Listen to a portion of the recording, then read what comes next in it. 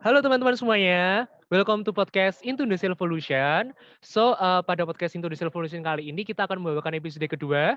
Jadi kita sudah ada episode kedua ini dengan tema What Should I Do? Dan itu agak berbeda dari Into the Evolution podcast yang episode pertama gitu ya. Sebelumnya kita langsung aja nih perkenalin. Namaku adalah Alisius Krisna Wikantioso, Krisna, dan aku di sini sebagai pemandu untuk acara podcast kali ini. Dan aku juga ditemenin nih sama temanku nih. Siapa nih? Kenalin dulu dong. Halo, kenalin nama aku Agnes dan aku bakal nemenin Krisna di episode kali ini.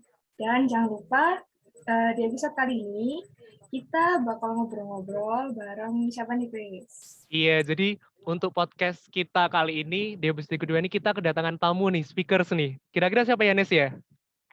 Ya udah, tanpa berlama-lama deh, langsung aja. Monggo Mas Mbaknya dipersilakan buat memperkenalkan diri. Formatnya itu nama, jurusan, angkatan, sama asal. Monggo Mas Mbak. Oke, halo teman-teman. Kenalin, namaku Olin. Aku dari jurusan Teknik Fisika angkatan 2018. Terus untuk asal ya, asal aku sebenarnya asli Semarang sih, tapi sekarang tinggalnya di Tegal. Kenalin juga teman-teman, aku Clarence. Aku dari jurusan Teknik Sistem dan Industri, angkatan 2018 juga sama kayak Olin. Kalau asli Surabaya, tapi tinggalnya di Sidoarjo. Wah, halo Mbak Olin, halo Mas Leren. Halo Mas Mbak. Oke, ya udah untuk mengawali deh. Aku kepo nih Mas Mbak. Liburan di waktu-waktu liburan kayak gini nih, kira-kira kesibukannya Mas Mbak ini ngapain ya? Mungkin bisa diceritain dikit-dikit gitu. Mbak Olin? Oke. Jadi buat kesibukan selama liburan, sekarang ini aku masih jadi wakil kepala departemen di KWU. Jadi sekarang kita lagi mempersiapkan untuk LPJTK minggu ini. Terus selain itu aku juga lagi volunteer di ISEC, di sub-eventnya ISEC namanya Bring the Happiness. Itu kita bakal ngajar anak SD dari kelas 1 sampai 6 gitu. Terus sama sisanya paling nyiapin KP gitu sih buat semester depan. Udah banyak apa nih Mbak Olin? Kalau Mas Ler gimana Mas Ler? Kalau di KMK aku sebenarnya lagi ada itu sih proyek ad hoc kalau tahu. Kemarin sempat di post, cuma rasanya nggak banyak yang tahu deh. Nanti kapan-kapan kita ketemu lagi. Kalau yang di luar KMK, cuma nyelesain kerjaan-kerjaan lab karena labnya belum selesai untuk koreksi-koreksinya. Sama duain Mbak Olin nyiapin KP, udah tua rek. Waduh. Ini ya ternyata nasibnya mahasiswa tahun terakhir deh. Udah sibuk KP ini.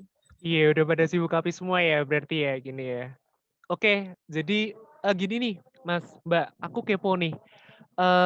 Untuk sekarang ini kan kalau liburan ini kan pada aktif KP sama mungkin ada kayak lab gitu ya dari Mas Clarence ya, sama Mbak Olin kan ada ISEC juga ya. Nah, itu aku kepo nih. Kira-kira kalau dari semester 1 sampai untuk sekarang teman-teman semester 7 ya berarti ya Mas Mbak ya? Semester 7 ya? Nah itu Betul. bisa ceritain nggak secara singkat itu kayak event atau organisasi apa aja sih yang sudah kalian lewatin gitu? Dari semester 1 sampai 7. Singkat aja sih, nggak apa sih. Gitu. Clarence dulu deh gantian. Ya, Mas Clarence dulu deh kayaknya.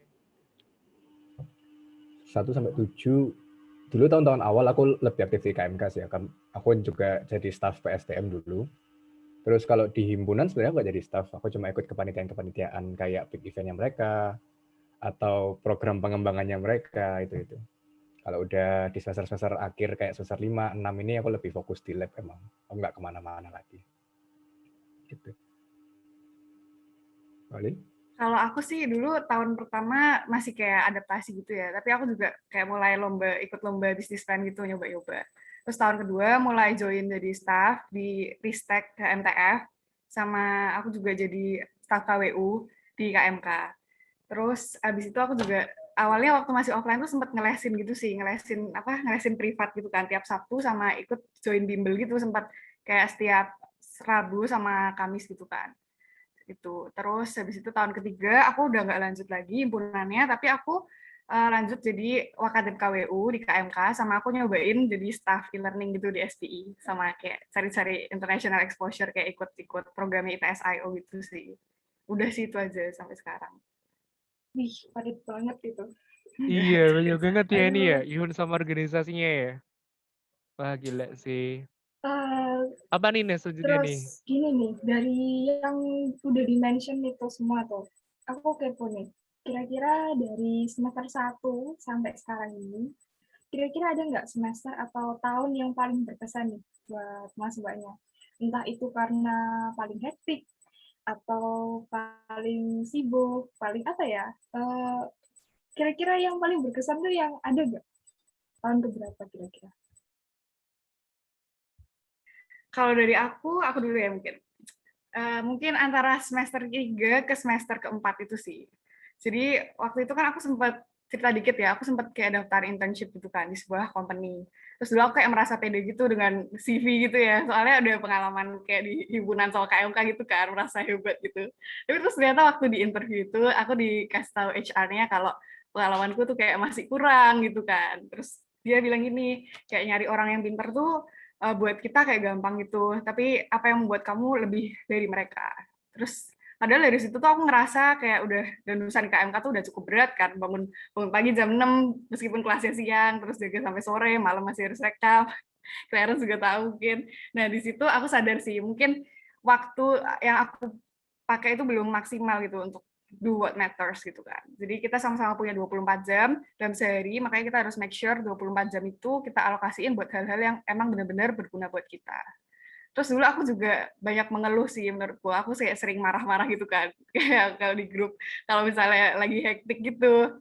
Terus aku mulai belajar kayak mulai introspeksi diri gitu sih, kayak ngendaliin pikiran, perasaan, kayak nggak ngeliat sisi beratnya, nggak merasa kalau kita doang yang kerja, padahal yang lain juga bantuin gitu kan. Sama ya bikin gimana supaya kita dan orang-orang yang kerja bareng kita tuh sama-sama enjoy gitu. Berarti Mbak Olin ini di tahun keduanya banyak belajar banget kayaknya ya. Banyak banget. Di situ kayak turning point gitu sih buat aku. Oke, mungkin Mas Clarence bisa bagi-bagi cerita dikit. Aku juga tahun ketiga, semester 3, semester 4 juga di nge-handle mentoring. Terus karena staff PSDM itu di cutting gitu jumlahnya jadi cuma 5 orang, akhirnya 1 orang terpaksa megang 1 proker gitu kan. Itu pengalaman yang baru karena nggak cuma ngatur anak-anak junior-juniorku gitu katakanlah, tapi juga banyak cutting-cutting lain, ngubah konsep juga di debat, bahkan dihujat-hujat waktu di tanda kutip forumnya gitu kan. Dan di tengah-tengah kayak gitu aku masih beride, ya udahlah nggak apa-apa bantuin himpunan dikit. Jadi masuk ke panitianya buat lomba IFR namanya, itu kayak lomba buat anak-anak SMA-nya. Plus panitia pengembangannya tadi itu.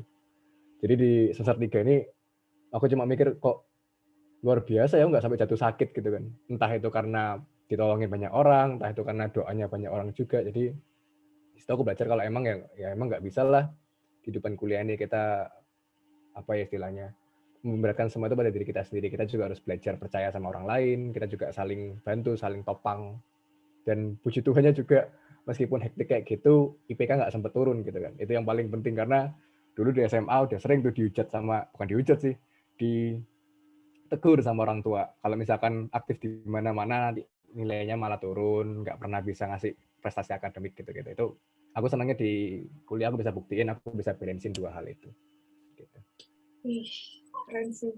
Orang bisa sibuk tapi IP-nya masih bagus, masih sehat-sehat aja. Aduh, itu mantap sih. Panutan semua anak Panutan ini. banget, panutan. Idaman. Iya, benar, idaman. Mana ada. Aduh. Berarti aku nangkepnya gini ya, kalau dari Mbak Olin itu sebenarnya Mbak Olin sama Mas Clarence lebih ke semester 3 ke 4 ya berarti ya. Untuk yang benar-benar kayak hektik banget gitu ya. Maksudnya pressure-nya itu kuat banget gitu ya untuk ke diri masing-masing individu. Nah, aku ini mau tanya nih kayak kepo. Kalau Mbak Olin tadi kan lebih bercerita kayak ke internship ke sebuah perusahaan gitu ya Mbak ya. Kalau Mas Clarence tadi mengenai kayak bagaimana beraktivitas di sebagai staf SDM sama juga bantu-bantu untuk di himpunan ya Mas ya, untuk lomba himpunan gitu ya. Nah, aku mau tanya nih, waktu itu proses pendaftarannya itu kayak gimana sih dari Mbak Olin sama Mas Clarence waktu itu? Kayak mungkin rekrutmennya kayak gimana prosesnya gitu. Boleh nih, siapa dulu nih? Mas Clarence dulu deh, mungkin Mas Clarence dulu ya. Ganti-gantian aja gitu. Boleh. Kalau yang KMK kan memang daftarnya dari semester 2 ya, agak-agak semester 2 kan udah screening, udah wawancara kayak biasa lah.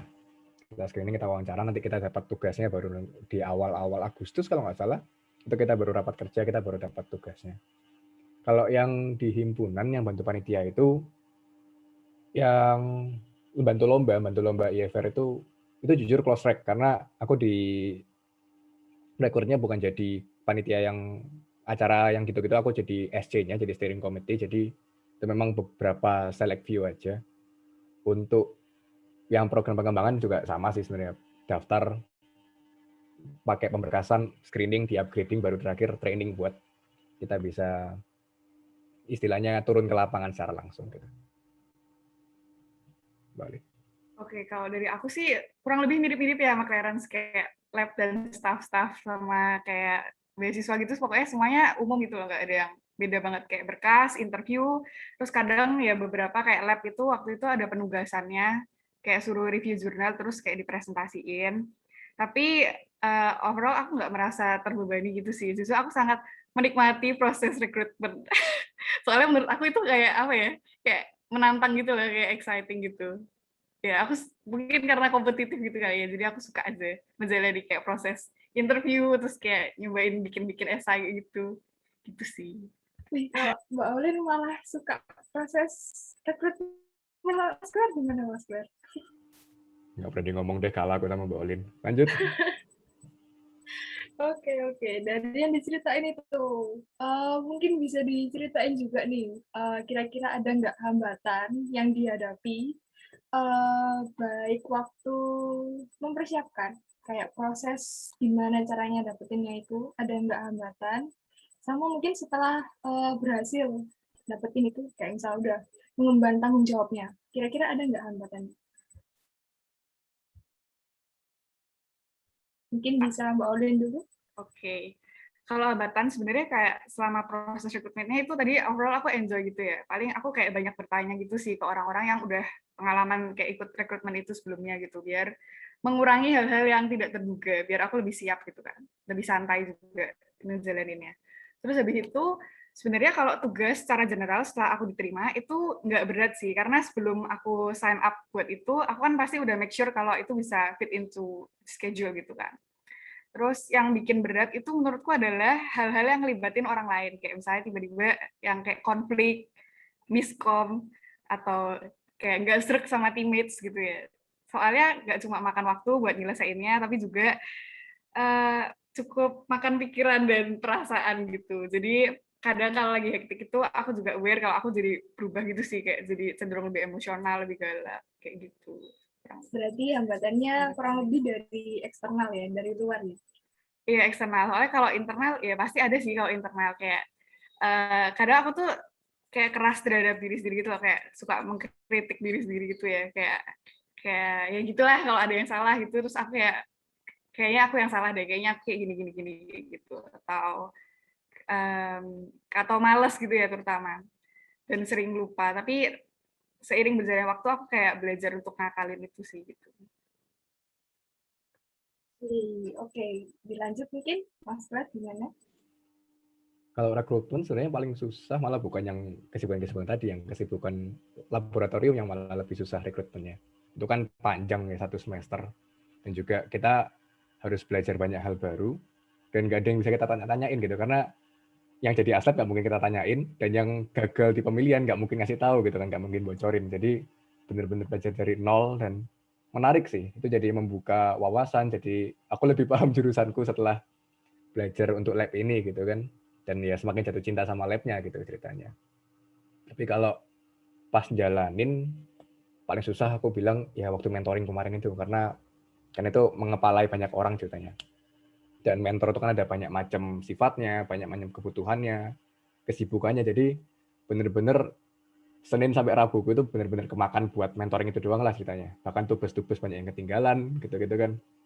Banyak juga harus yang aku korbankan. Kadang di semester 3 itu aku ngerasa pulang-pulang itu kok apa ya istilahnya, burn out gitu ya, kok capek ya, kok kayak nggak enjoy gitu kadang ngerjainnya. Tapi dan ditambah ada tendensi dikit dari aku buat aku punya standar tertentu, apalagi kalau jelasin materi atau misalkan aku mau bawain apa yang aku impikan gitu kan buat teman-teman 2019 dulu. Tapi kalau standar itu nggak ditemui sama mentor lain, aku juga kepikiran gitu. Tapi ya seiring bertambahnya usia, anjay tua. Jadi makin apa ya, makin paham lah kalau ya emang kita nggak bisa memaksakan standar kita terhadap semua orang. Karena semua orang kita juga harus bisa memaklumi banyak hal, dan kalau kita mau dapat lebih, kita harus korban lebih. Dari jadwal, tenaga, pikiran, dan hati ya, Lin ya. Setuju banget. Oke, berarti benar-benar aduh, panutan ya.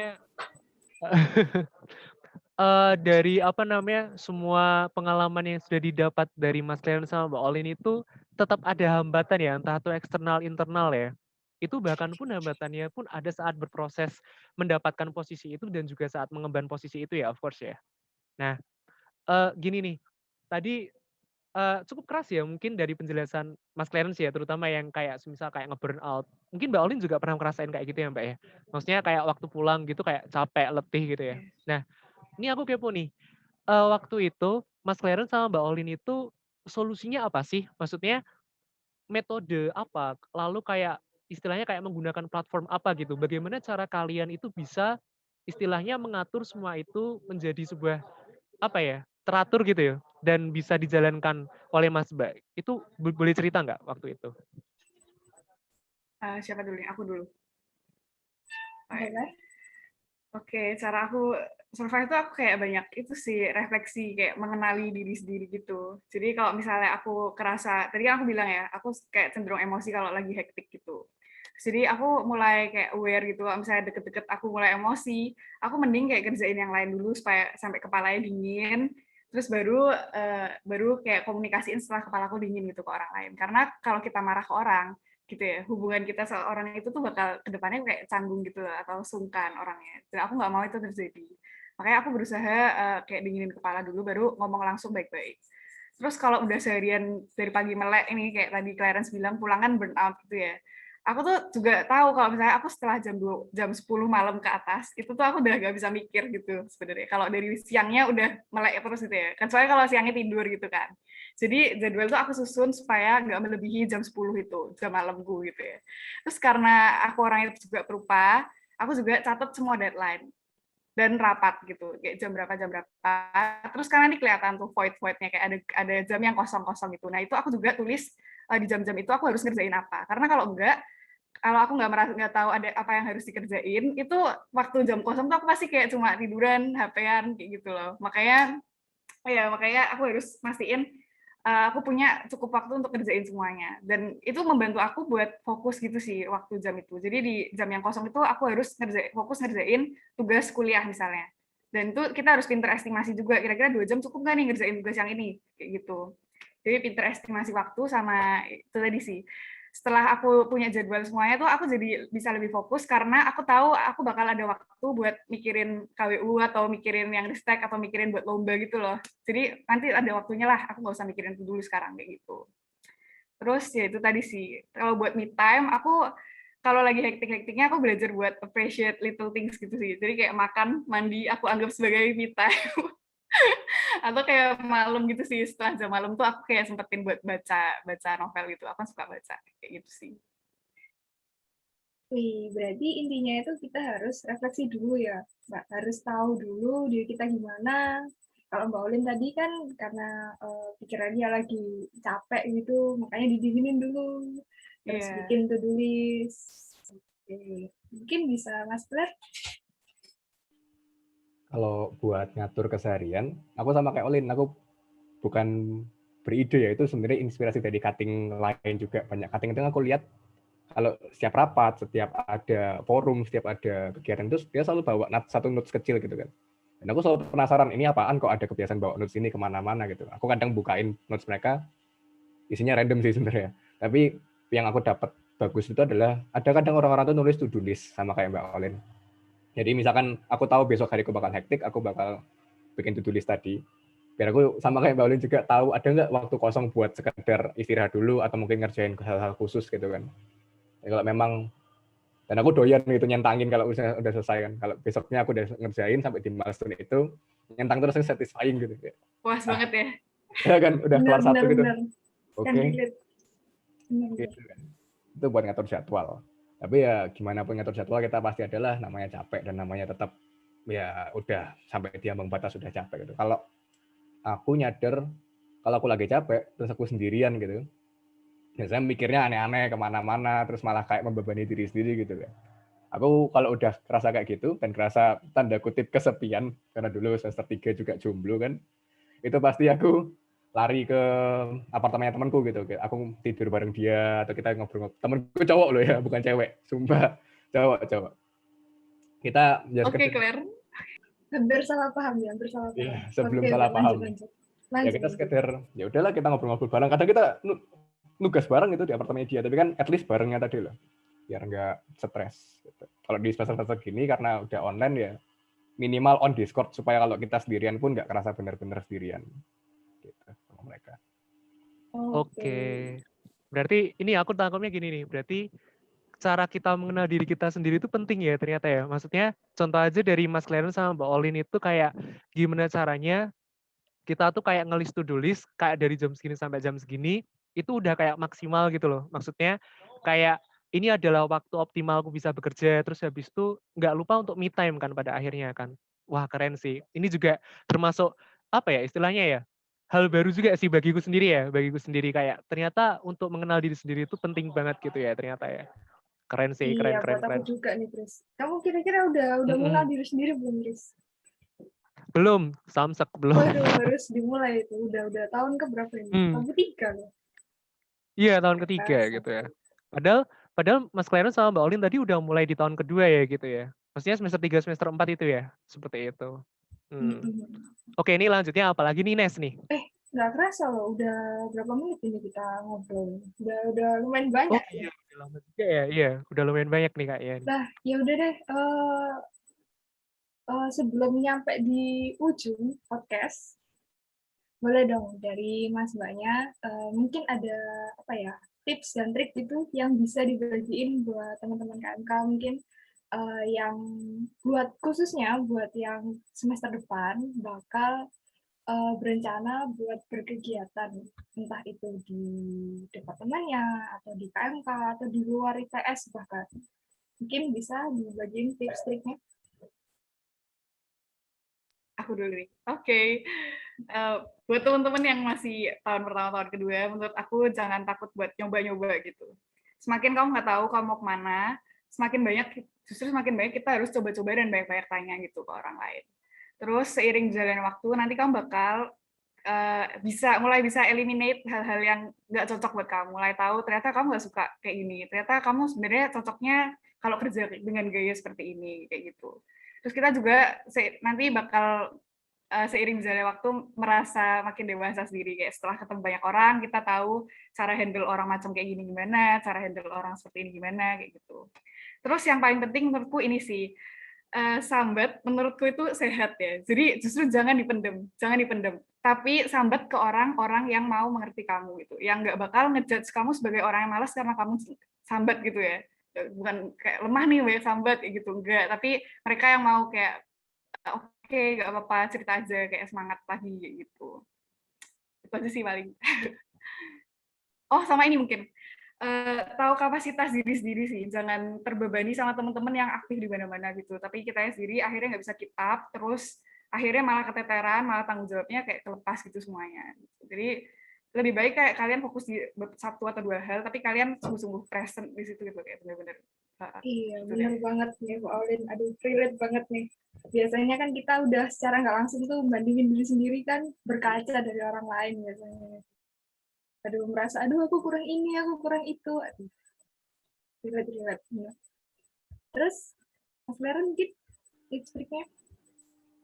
Kalau dari aku, terutama buat mahasiswa-mahasiswa yang masih baru ya nanti ya, buat yang 2020, 2021, 2019 juga mungkin masih relate. Kalau ngambil apapun, mau ikut apapun itu, sadarlah kalau dalam mengikuti itu, kalian berarti mengorbankan hal lain. Itu pasti, nggak mungkin nggak. Kalau yang di awal-awal kalian mungkin ikut cuma dikit, itu yang dikorbanin mungkin dikit ya, kayak cuma ya me time, waktu tidur, atau mungkin waktu seneng-seneng gitu-gitu kan, sama teman. Tapi semakin banyak yang kalian ambil, dan semakin berat tanggung jawab kalian, itu semakin banyak juga yang harus kalian korbankan. Entah itu kesehatan, entah itu pendidikan, entah itu quality time sama keluarga, atau yang punya pacar juga, waktu sama pacar gitu itu dikorbankan. Jadi coba dicari tahu dulu kalian memang mau fokus kemana, sebelum kalian terjerumus gitu ke jurang-jurang tadi. Kan ada hal-hal yang nggak bisa kita korbankan lah. Dan benar kata Mbak Olin, jangan terlalu terpaku sama orang lain. Kalau dia bisa ini, aku harus itu. Nggak gitu, Rek. Ya memang sama-sama makan nasi, tapi kan dia nasi sama tempe, kamu nasi sama tahu kan beda. Jadi do it with your own pace gitu lah. Semua orang bakal sampai pada waktunya kok. Oke, keren banget nih tips and trick dari Keren, Mbak keren, Olin keren. sama Mas Clarence ya ternyata ya. Oke, keren banget nih. Wah, ini nggak kerasa nih udah ada di penghujung podcast ya. So, aku sama Agnes di sini ngucapin terima kasih banget Mas buat Mbak Olin sama Mas Clarence di sini yang sudah bersedia buat jadi speakers dan ngobrol-ngobrol sama kita sama dan sharing juga ya sama kita ya. Gitu. Benar, benar, benar. Nah, oh iya, jangan lupa nih, mungkin dari Mas Mbaknya ini mau promosi medsos mungkin, entah Instagram atau LinkedIn mungkin. Ya, nanti teman-teman KMK kalau ada yang mau nanya-nanya, minta apa ya, masukan, saran gitu mungkin, bisa langsung kontak Mas Mbaknya ini langsung dari DM atau LinkedIn mungkin langsung mau connect. Boleh Monggo, nih, Mas Mbak. silakan nih. Siapa dulu nih? Udah, aku dulu Oke. nggak apa-apa deh. Hmm. Sosmed ya, sebenarnya aku nggak ada yang aneh-aneh sih, paling Instagram gitu ya. Kalian bisa follow oli.k, terus kalian bisa DM juga kalau misalnya kalian ada pertanyaan. Terus kalau untuk LinkedIn, kalau mau connect, sebenarnya aku udah taruh di bio Instagram juga sih, jadi cek aja gitu. Wih, berarti ngecek IG langsung connect LinkedIn juga bisa. Iya. Langsung. Kalau aku Instagram sama lainku sama Clarence_Gabriel, jadi tinggal dicari aja. Kalau yang buat LinkedIn sesuai nama aku aja nggak di Zoom ini. Nanti puji Tuhan ketemu kok harusnya. Oke, Nanti siap. harusnya ketemu. Kalau misalkan ada pertanyaan lewat line monggo, lewat IG monggo, lewat LinkedIn monggo. Wih, bisa langsung tuh teman-teman. Buat yang mau nanya-nanya nanti, bisa langsung kontak Mas Mbaknya dari DM, atau itu udah di Mas Laris dengan si lainnya juga sekalian ternyata. Oke, so terima kasih banget buat waktunya Mas Clarence sama Mbak Olin ya, udah bersedia ngobrol-ngobrol juga sama kita. So, gimana nih Mas ya, udah ada di penghujung podcast nih. Ya, nggak terasa. Jadi, iya. Oke, so mungkin sekian dulu ya teman-teman ya, buat podcast episode kedua Indonesia Revolution pada kali ini. So buat teman-teman sekalian stay tune terus buat ngikutin podcast Indonesia Revolution karena untuk episode kedepannya kita bakal ngomongin banyak hal seputaran KMK, teman-teman KMK dan juga kehidupan kita sehari-hari. So mungkin aku di sini Krisna. Dan aku Agnes. Oke, kami di sini mulai undur diri. Terima kasih semuanya. Terima kasih Bye-bye. Mas Mbak. Makasih Mas Thank Mbak. you. Yeay.